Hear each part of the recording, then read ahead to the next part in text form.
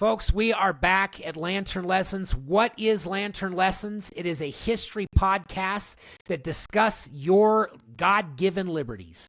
And the lantern protects the flame of liberty that is inside of it. And that's what we're here to talk about.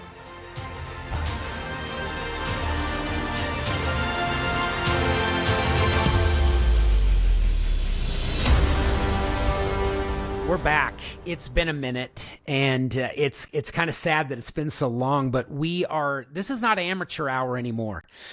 We are actually back. My daughter Abby has done some amazing things to prepare for these Lantern Lessons, and we are excited to be able to bring these to you.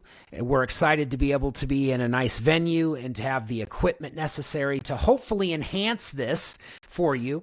But again, these Lantern Lessons are intended to highlight some of the great men and women that have helped found this country.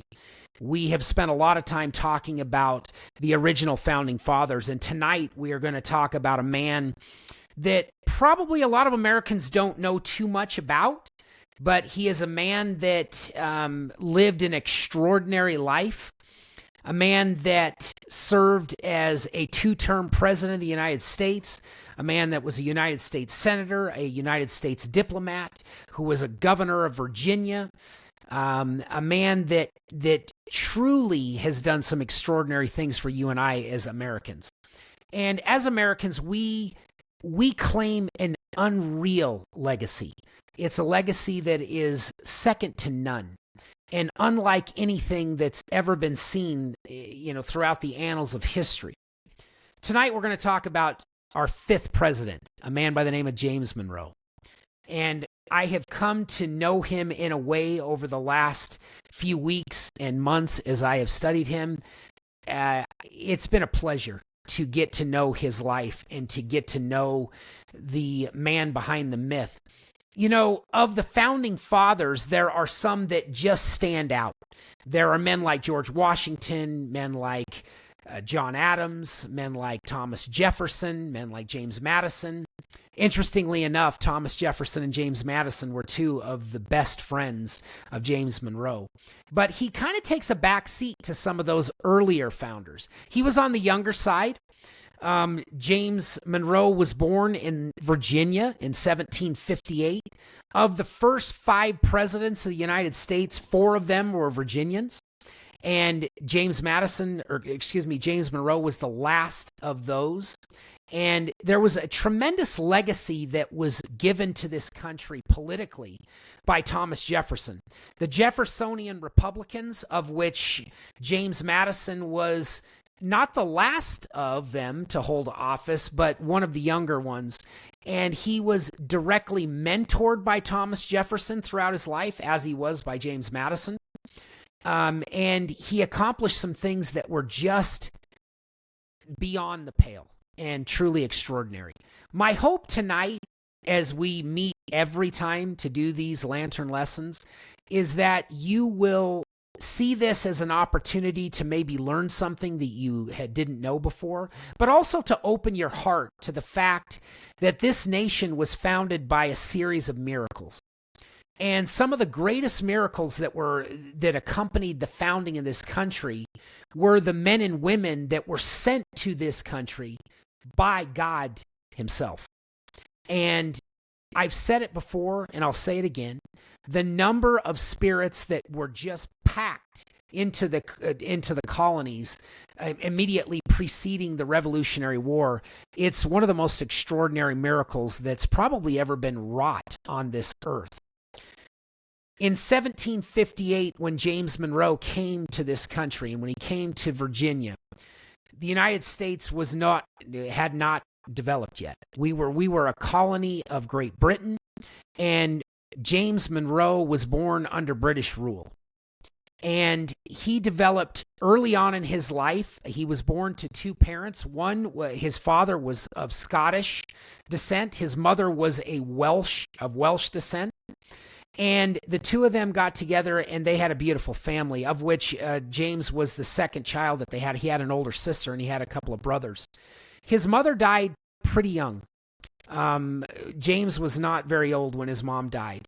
And soon thereafter, his father died. But as a young man, he worked on his father's tobacco farm, and his father spent a lot of time with him hunting and fishing, and those are the things that he loved most. He did not love the backbreaking work of working on a tobacco farm, but he loved spending time with his dad. And apparently those formative years for him were important. And his dad did leave a legacy to him, and it was a legacy of learning. It was a legacy of service. His dad died prior to his 16th birthday, but about the time he was 16, he was sent to William and Mary right after his parents both had perished. He was sent to William and Mary, which was a college in the colonial capital of Williamsburg, Virginia. And during that time, immediately preceding those times, actually, there was a lot of political unrest that was going on in the colonies. In the mid-1760s, the Stamp Act was enacted by Parliament back in London, and they were trying to tax the American colonists to death. The French and Indian War had concluded, and Britain was the winner of that. That was a very costly war in terms of manpower and also money. And the British Crown was trying to get some of that money back by taxing so many of the things that the colonists did. And James Monroe, like so many of his fellow colonists, were upset by the notion that the British Parliament had the ability to tax the colonies without representation in Parliament. And frankly, that bothered him, and it bothered his fellow adherents, and not only fellow patriots, but his fellow college goers at William and Mary. Interestingly enough, when James Monroe was a young man, one of his good friends was John Marshall, who would later become the Chief Justice of the Supreme Court of the United States for many, many years. They grew up together in Virginia, and they actually went to college together for a time as well. And right during the early 1770s, there were a lot of things going on. We've talked about that. The Boston Tea Party happened in 1773. And immediately following that, you had the British Crown cracking down on the colonies. And subsequent to the Boston Tea Party and Boston being shut down, the initial shots of the Revolutionary were fired on April the 19th at Lexington and Concord up in Massachusetts. Well, within days of that event happening down in Virginia, the royal governor, Dunmore, went to seize the powder stores in Williamsburg. And James Monroe and a number of his colleagues and fellow students at William and Mary decided that they were going to oppose Dunmore in trying to seize those stores of ammunition and powder. And they got into a little bit of a scuffle. Soon thereafter, Lord Dunmore, who was the governor of Virginia, the colonial governor, he left Virginia, and the Revolutionary War became in full swing right after 1775 into 1776. At the end of 1775 in Alexandria, Virginia, one of my favorite towns in America, the 3rd Virginia Infantry Regiment was organized. And James Monroe, at the age of 18, was made a lieutenant in the 3rd Virginia Infantry Regiment. Interestingly enough, he was serving alongside Captain William Washington, who was a distant cousin of George Washington.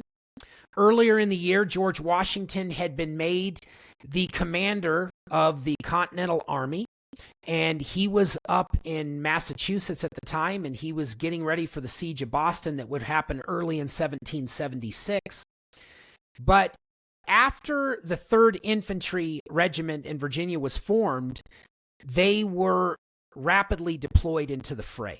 And soon into 1776, they were deployed to New York. And to help the colonial army that was dealing with the British in New York City. We've talked a lot about that, and we've had a couple of lantern lessons discussing some of the miraculous events that happened while the British were trying to occupy New York City. We talked about the miraculous nature of the the evacuation of Long Island over to Manhattan. And when the 3rd Virginia actually got to New York City, George Washington was stationed at Harlem Heights at the Morris Jamel Mansion for a time. That was his headquarters. And that's when James Monroe came and really saw his first action in the Revolutionary War. They were involved in a pretty significant skirmish within weeks of getting to New York. Eventually, the Continental Army was chased out of New York City and down to where we've talked about the great crossing of the Delaware River late in 1776. George Washington put together the group of the Continental Army, what was left of it, only about 5,000 men. And we've talked about this many, many times on this, and we've actually had a lantern lesson on the American Christmas. And if you'll recall with me for a moment, Christmas Day, 1776, with George Washington and his commanders staring in the face of all the enlistments expiring on the 1st of January, they had to make a decisive action. And on Christmas Day, as you will recall, they sent a vanguard across the Delaware River. The first people that were sent across the Delaware on that fateful evening, on December the 25th, 1776, was the 3rd Virginia Infantry Regiment. And William Washington, Captain Washington, and Lieutenant James Monroe were the 2 principal officers that set out to cross the Delaware in actually anticipation of the larger group coming across later.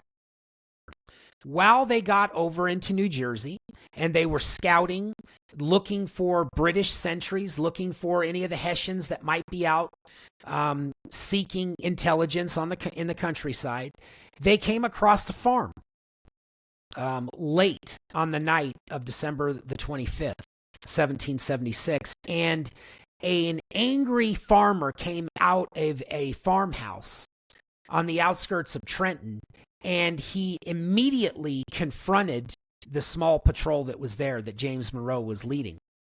And James Monroe ordered him back into the house. He refused to go. And immediately when he heard James Monroe's Southern drawl, he knew that he was dealing with Americans. He knew that he was dealing with patriots.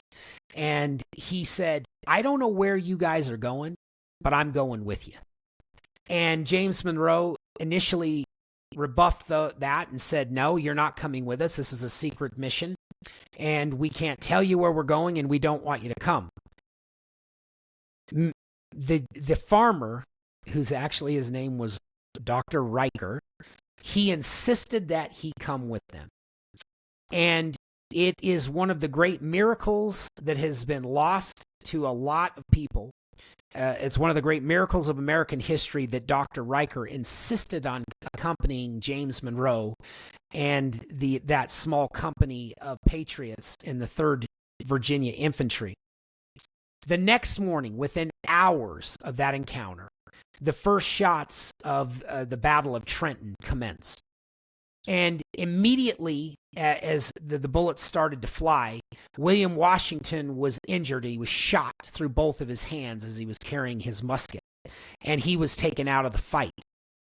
Because his commanding officer went down, Lieutenant Monroe immediately took command of the company. And within just a few more minutes of fighting, a musket ball entered Monroe's shoulder, came through his neck, and severed an artery in his neck. Dr. Riker was on scene and immediately clamped the artery and was able to save young James Monroe's life. At the age of 18, there is no question that he should have been killed that day, December the 26th, 1776. That fateful battle was a huge American victory, where we were able to take 1,000 Hessian prisoners and killed about 30 of them. It was a major victory and saved the Patriot cause, because without it, there would never have been the will or the capability to continue the fight. What James Monroe took away from the Battle of Trenton was his life, and he was very fortunate to live. But he also took a musket ball in his neck that he carried that with him the rest of his life. As he started after the battle, he was able to be promoted to captain.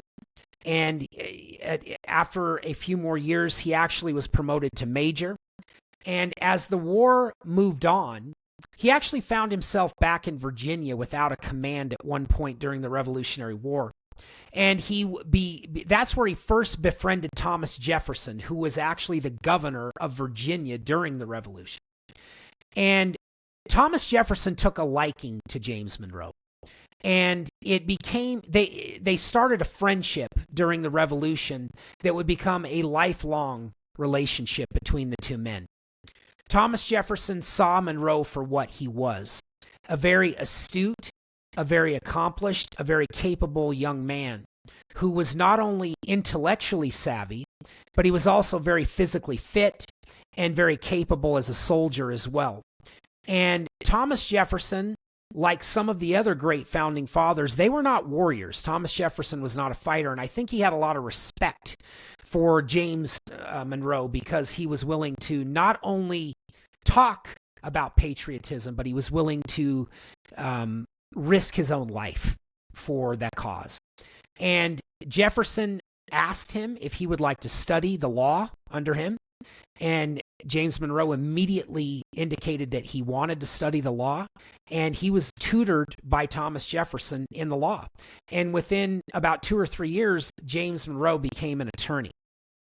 Now, after the Revolution was concluded and the Americans won their independence from the Kingdom of Great Britain, there were a few things that started to accelerate in the life of James Monroe.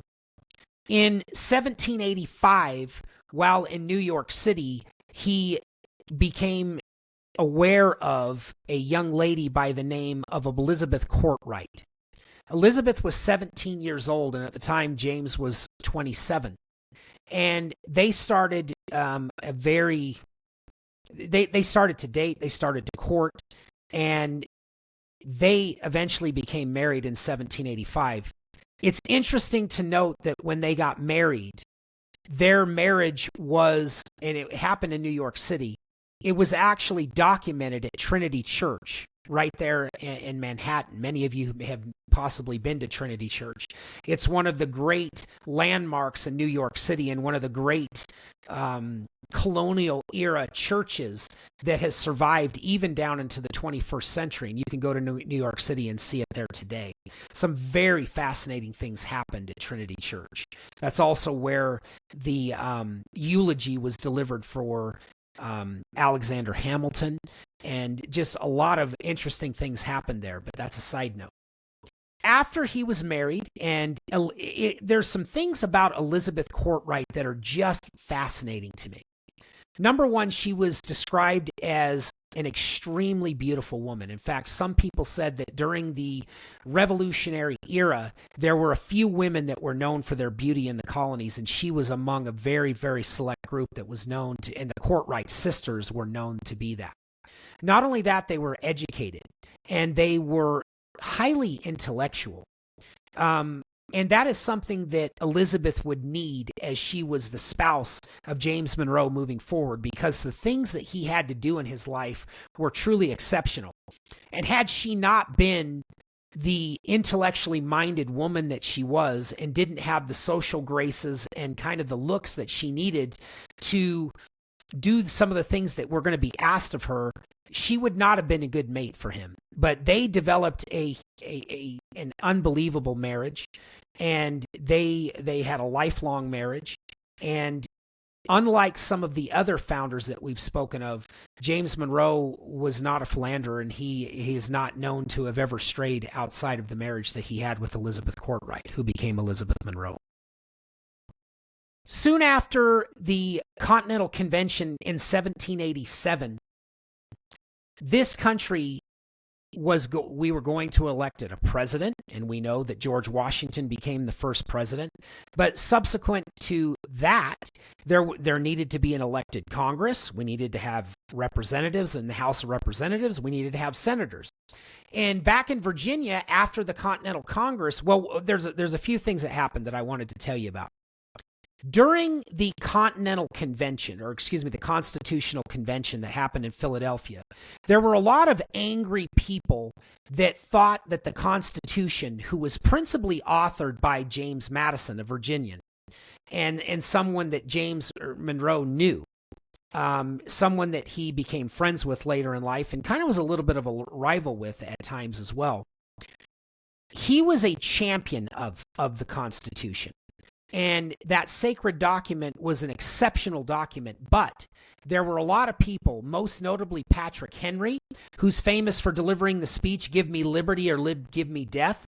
He was a fellow Virginian, and he was absolutely against the Constitution as it was written because he did not believe that it had a Bill of Rights and that there were enough preservation of rights for Americans in the document. So there were a number of people that opposed it, and Patrick Henry being chief among them. James Monroe was similarly situated. He was a little bit more moderate than Patrick Henry, but he was among the group that was championing a Bill of Rights. And eventually the Constitution was ratified, and James Madison was able to push it through with the help of a lot of others.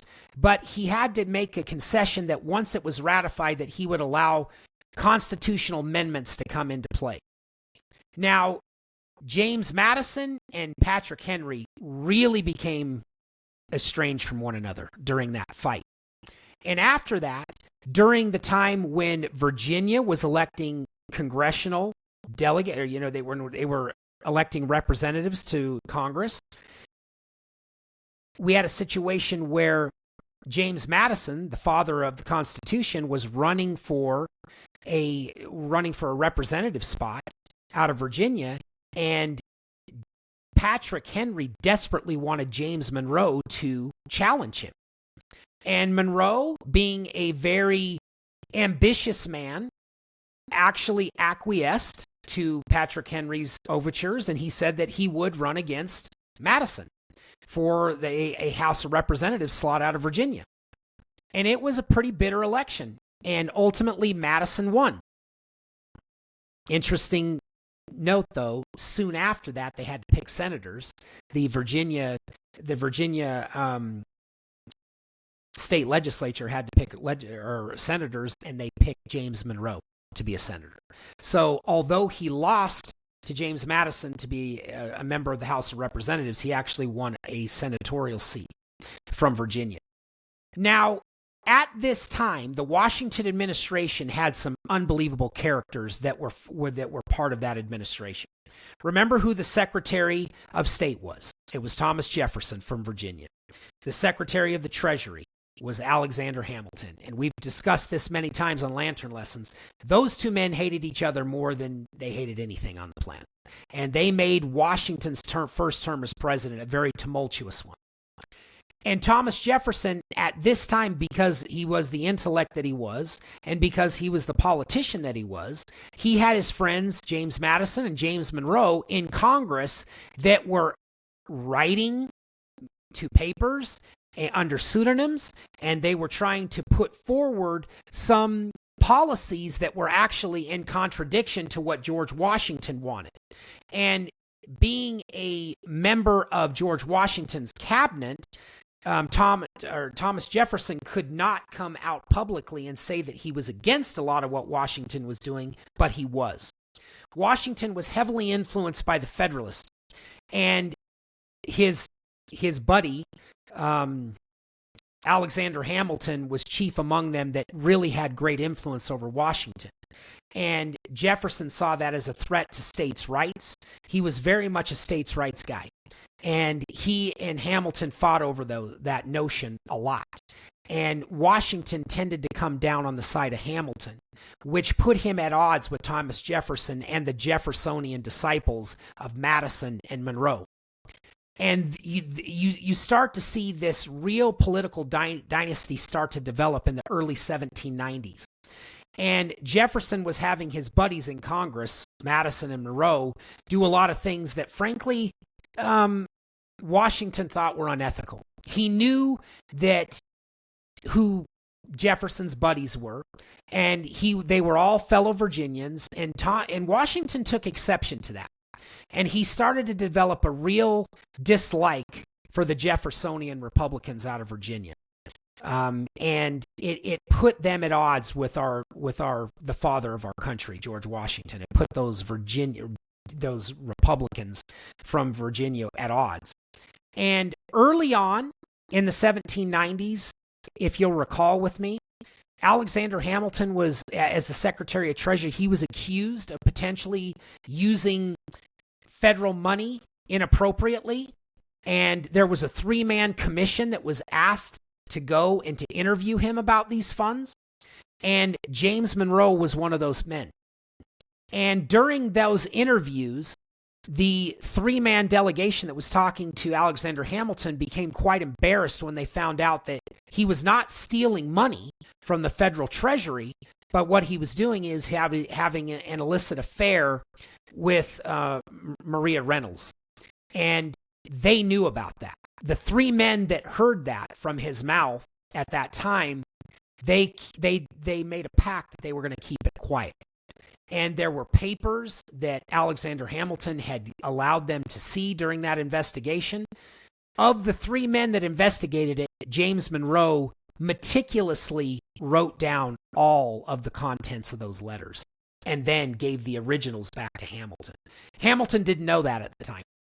And about 5 years later, it all came out. And what we know is the Reynolds affair, that all became part of the public knowledge, and that's something that Hamilton had to defend himself from.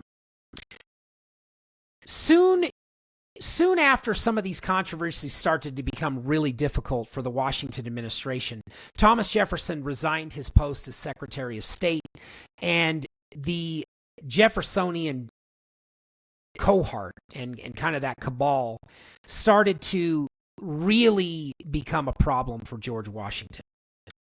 At the time, there in the mid-1790s, Washington actually sent Monroe over to France. The French Revolution had come into full swing, and there were a number of really crazy things going on in France at the time. And when Monroe got to France in the the mid-1790s, he found a France that was without a lot of strong leadership. And it took him a moment or two to get recognized by the interim French government as a diplomat from the United States, but ultimately he was allowed to do that. He did some amazing things while he was a diplomat in France that first time. He would be sent to France twice as a diplomat, but on that first occasion, he went over there and he was actually instrumental in getting Thomas Paine, who was the author of Common Sense and a number of other revolutionary pamphlets during the Revolution, and a great American hero. He was actually incarcerated in Paris when Monroe went over there. He was able to negotiate the release of Thomas Paine, and more notably, he was able, through his wife, Elizabeth, and her efforts, to get Adrienne Lafayette let out of prison. For those of you who know me, you know of my reverence for Lafayette, the great Frenchman who came over and dedicated his life and his fortune to the American cause. His wife had been incarcerated in the 1790s in the aftermath of the French Revolution. And Elizabeth Monroe, being the stalwart that she was, and being the lady that she was, and being the intellect that she was, she said to her husband, "We cannot allow Adrienne Lafayette, the wife of America's greatest ally, the La Marquise de Lafayette, we cannot allow his wife to languish in prison while we're here. We have to do something." And her husband was somewhat reluctant because he did not want to strain relationships with the interim government in France and the United States. And he's like, I can't risk it. I want to. And, you know, he knew Lafayette. And during the Revolutionary War, Monroe and Lafayette became very close friends, and he wanted to do something. But his wife took the action. She actually went to the prison and confronted the captain of the guards down there at the prison and was able to talk her way and use her charms to get in there and to actually meet with Adrienne. And they developed a friendship that would last for the rest of their lives as well. Ultimately, Elizabeth Monroe was able to help get Adrienne Lafayette let out of prison, and she had really poor health, and had she been left to be in there, she was either going to be executed or eventually she would have died in prison because of her poor health. But through the efforts of Elizabeth principally, the Monroes were able to get her out of prison, which was a really big deal and a boon for the United States, because Lafayette was universally held as, perhaps after Washington, the greatest hero of the Revolutionary War.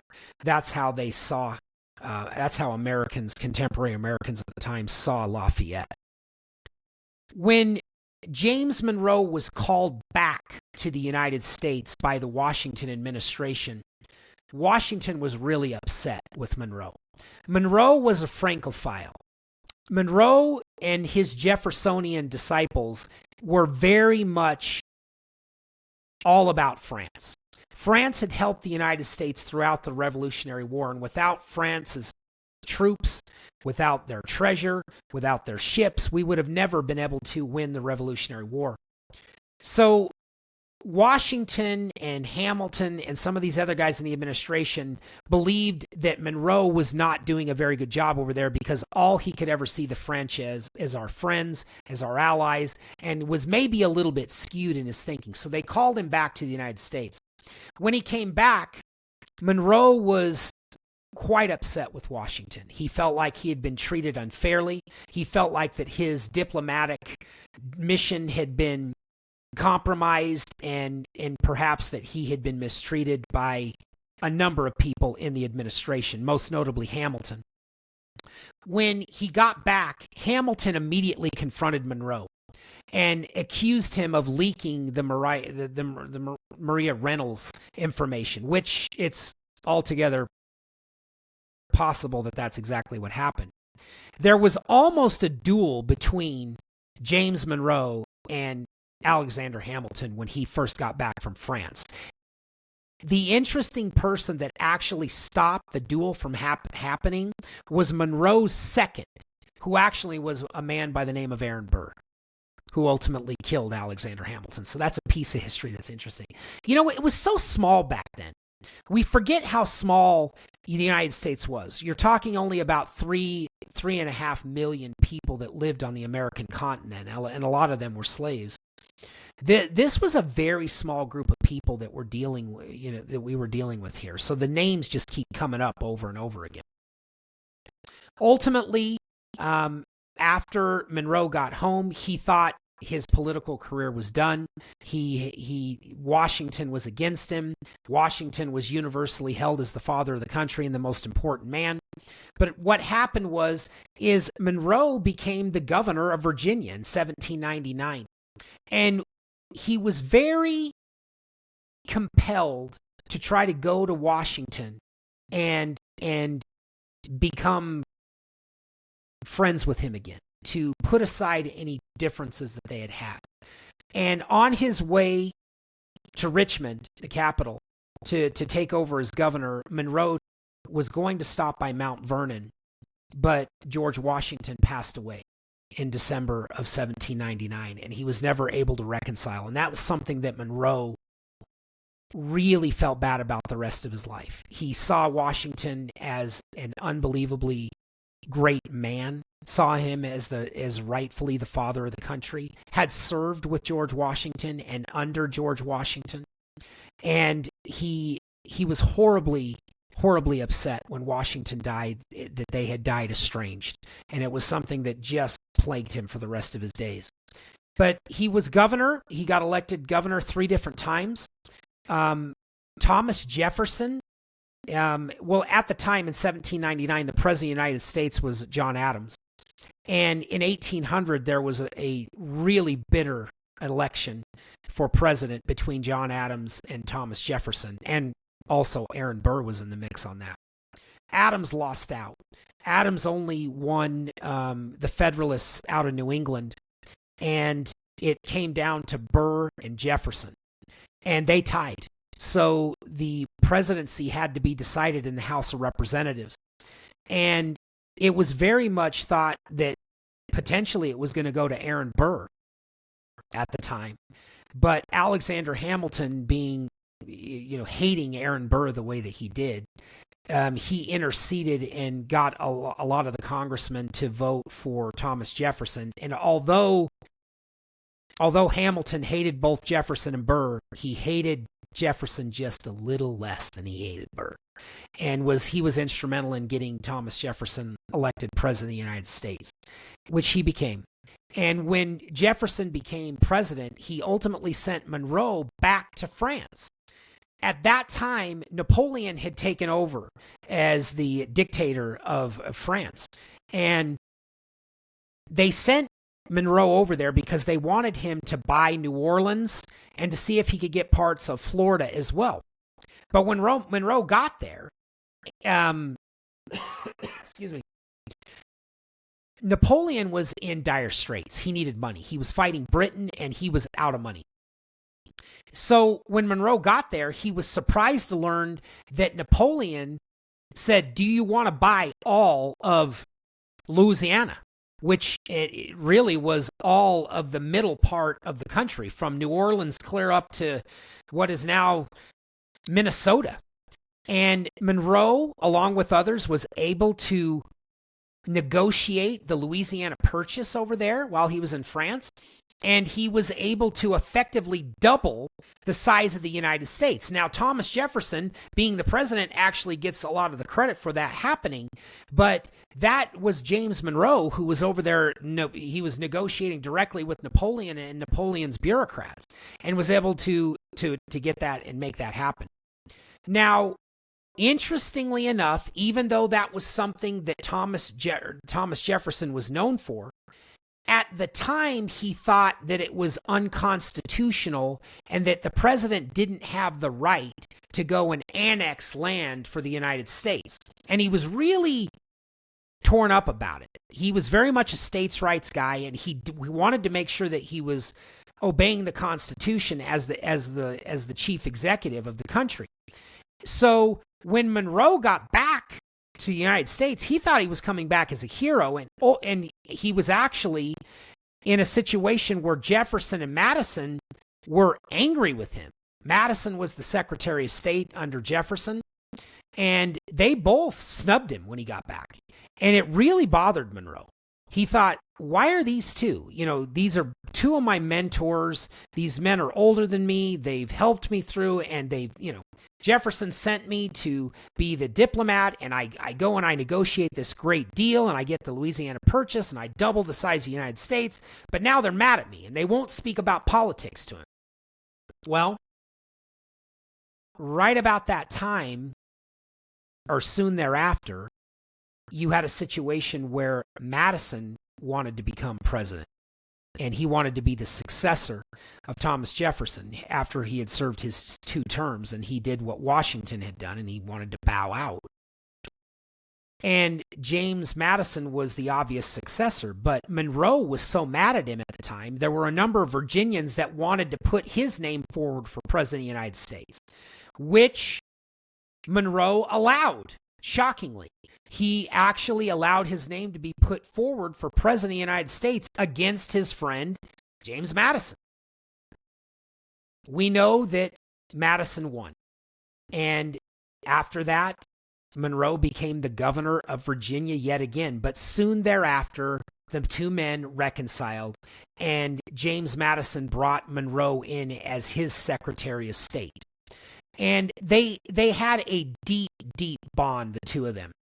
And throughout that time, throughout the Madison administration, there were a lot of things going on in the country that were pretty tumultuous. And the overseas, the things that were going on with Napoleon and the wars with Britain, there was constantly a desire for the Europeans to bring Americans into the war, and they just refused to do that. And Monroe and Madison together really kept the United States out. But soon enough, the War of 1812 was brewing, and at the time, Madison did not like his Secretary of War and actually dismissed him and asked Madison to become both the Secretary of State and the Secretary of War simultaneously. To this day, James Monroe is the only man that has ever been held simultaneously the positions of Secretary of State and Secretary of War. He's the only man that's ever done that. So at this point in his life, he's been the governor of Virginia. He's been a senator. He has been a diplomat to France numerous times. He's now the Secretary of State in the Madison administration. And he did a number of amazing things during the War of 1812 to protect Washington, D.C., keep it from the British being able. He would actually go on horseback and go on intelligence gathering missions himself. Remember, James Monroe was a soldier first and foremost, and as a young man, he knows how to ride horses, he knows how to carry a gun, he knows how to use that weapon if necessary. Unlike so many of those other intellectuals, he was definitely a man of capabilities on the physical side of the house as well. Did some amazing things during that time, and he was able to avert a lot of terrible, terrible things that happened during the War of 1812. And we ultimately won that war. We preserved our independence. Britain came back, and they were going to crush us. And through the heroics of a lot of great people, Andrew Jackson starts to come on the scene, and he's the great general that actually saves New Orleans and has a huge victory for the Americans down there. And he starts to figure in this whole Jeffersonian cohort as well. And James Monroe, at the conclusion of Madison's 2 terms, a lot of people were saying, we've had Virginians in here a lot.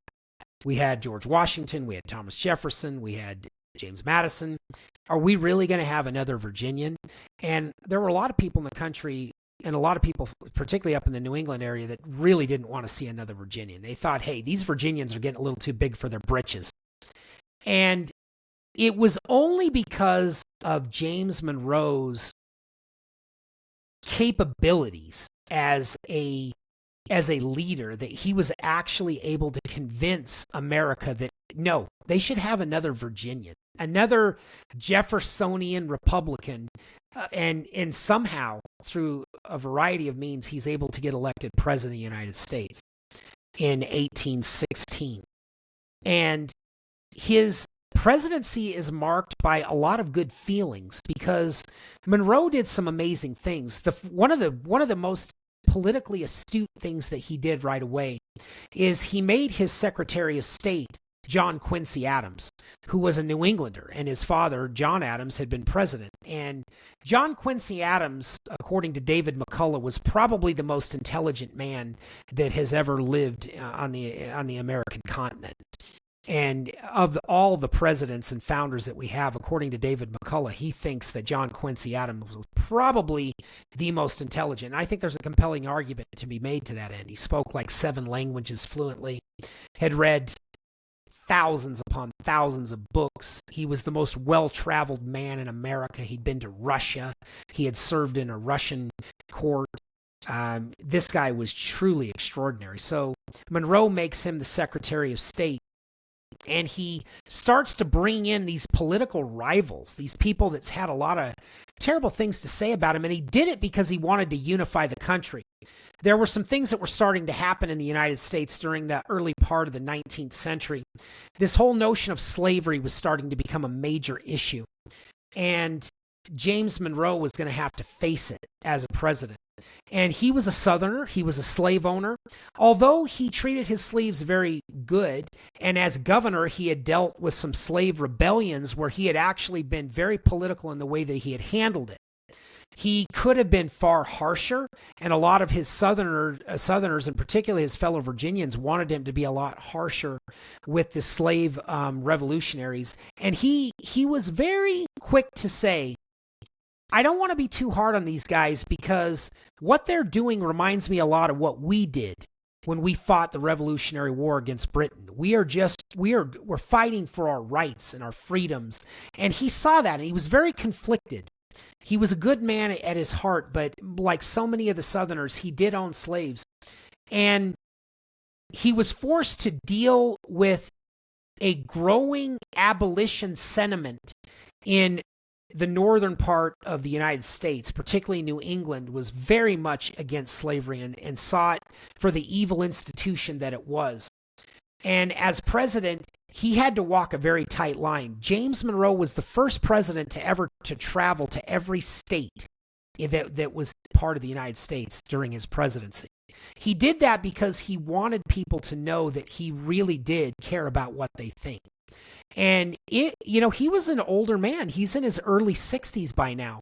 And, he had been through a lot. He still had a musket ball in his shoulder. He had been racked with all sorts of physical ailments, but he was in relatively good shape. But he insisted on going on this tour of America because he wanted to speak directly to the people. And the people loved him for it. They saw him for the outgoing, gregarious man that he was, and they loved him for coming to them.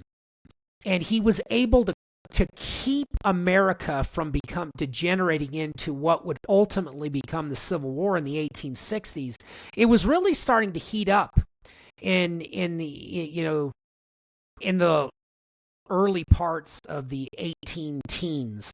And by 1820, when he got reelected president of the United States, he was facing a major problem. At that time, you had Maine that wanted to come into they wanted to break off as part of Massachusetts and become its own state, and they wanted to become a free state. You had Missouri that wanted to come into the Union, and they wanted to be a slave state, and there was a tremendous amount of angst and acrimony going on in Congress. And this country was really divided. And Thomas Jefferson had predicted that this evil of slavery is going to have to be dealt with, and that you have to emancipate them. You have to give them freedom. But the early Jeffersonian thinkers thought that if you were going to emancipate them, you were going to have to expatriate them, meaning you were going to have to give them a means to leave the country and go somewhere else. Monroe did a masterful job of helping people in Congress craft what was called the Missouri Compromise. And essentially what it did is it allowed the United States to remain as a union for the next 40 years. The Civil War didn't happen until 1860 and 1861. And in 1820, 1821, Monroe really did a yeoman's job of keeping the Union together. And he's one of the very few men, I would argue, that could have done that at the time. Because he was so skilled in diplomacy, and because he was a soldier and he had so much credibility in that arena, and because he was also an attorney, and because he was still relying upon the good advice that he was getting from Jefferson and Madison, he was able to do the impossible. And, John Quincy Adams paid James Monroe one of the greatest compliments I think that I've ever heard. He said that James Monroe would dominate a room by his silence. He would sit there and allow other people to talk it out and say what they were going to say. He would synthesize the information, and then he would come out with what he thought was best. But he only did that after he allowed everybody in his cabinet to speak, and to speak boldly, and he allowed everyone to get it out before he ever telegraphed what he wanted to do. In 1823, when he delivered a speech to Congress, he delivered what would become known as the Monroe Doctrine. And it was a bold piece of diplomatic and strategic understanding. And it's something that has been with us since 1823. His Secretary of State, John Quincy Adams, was the principal author of it, but James Monroe delivered a speech to Congress in 1823 that would become something that was so absolutely compelling. Remember, the United States is a fledgling country at this time, and he told the world, essentially, that European powers would not be allowed to colonize anything in the Western Hemisphere. They would not be allowed to come here and threaten American sovereignty. And it was absolutely brilliant. And when he delivered that speech to Congress, he knew that it would go out to the world. And the Monroe Doctrine has stood the test of time. It has been something that was quoted by John F. Kennedy during the Cuban Missile Crisis. It's something that was quoted by Ronald Reagan during the Cold War with Russia and when he was dealing with Gorbachev. This is a piece of doctrine and just a coalition of people that came together to do it. It's unrivaled in the annals of American history. These are the things that James Monroe did time and time again. All throughout his time as president, his wife was quite ill, and she did not have the ability to do some of the hosting that Dolly Madison did as the first lady under her husband. So often, the woman that would actually serve as kind of the de facto first lady when Monroe was president was his daughter Eliza. She was a striking young woman, and she would do a lot of the parties and balls and receptions that were held at the White House during Monroe's presidency. James Monroe, at this point in his life, subsequent to being elected president twice, and subsequent to doing all of the things that he did, was starting to become old. And he was starting to go into his late 60s, and he was starting to slow down. After he left the presidency after 2 terms, his successor, John Quincy Adams, who again was, they had to throw it into the House of Representatives to see who was going to be made the president there too, but it was between John Quincy Adams and Andrew Jackson. And that was a horribly acrimonious election as well. And James Monroe stayed neutral throughout that election process and stayed neutral for the rest of his life in that. But after the presidency, he was essentially determined to be one of the really good presidents. Even when you look at him from the 21st century and you look at what he did, he's a very successful president. And most historians today look back at his presidency as something that was extremely capable. By no means the greatest of the presidents that we've had, but I think a hero nonetheless.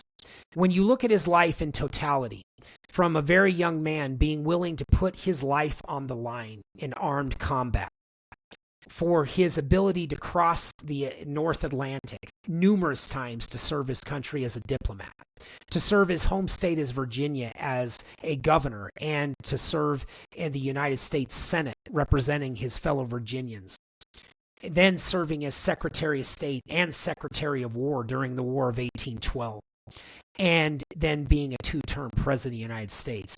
This man was amazing. After he was done being president, he and James Madison became very close again. And Thomas Jefferson, as we know, and we've discussed this on Lantern Lessons many times, he died on July the 4th, 1826, on the 50th anniversary of the signing of the Declaration of Independence. 5 years later, James Monroe died on July the 4th, 1831. I've always thought that was providential. I've always thought that these great men who had done so much for the country, that these great men, John Adams and Thomas Jefferson and James Monroe, all died on July the 4th, 5 years apart with Monroe. But I've always found that as providential that they did. What I hope that you will take from this is a better understanding of who James Monroe was and the legacy that he's left behind. I will tell you that there are few men that lived during his era that can claim more accolades than him.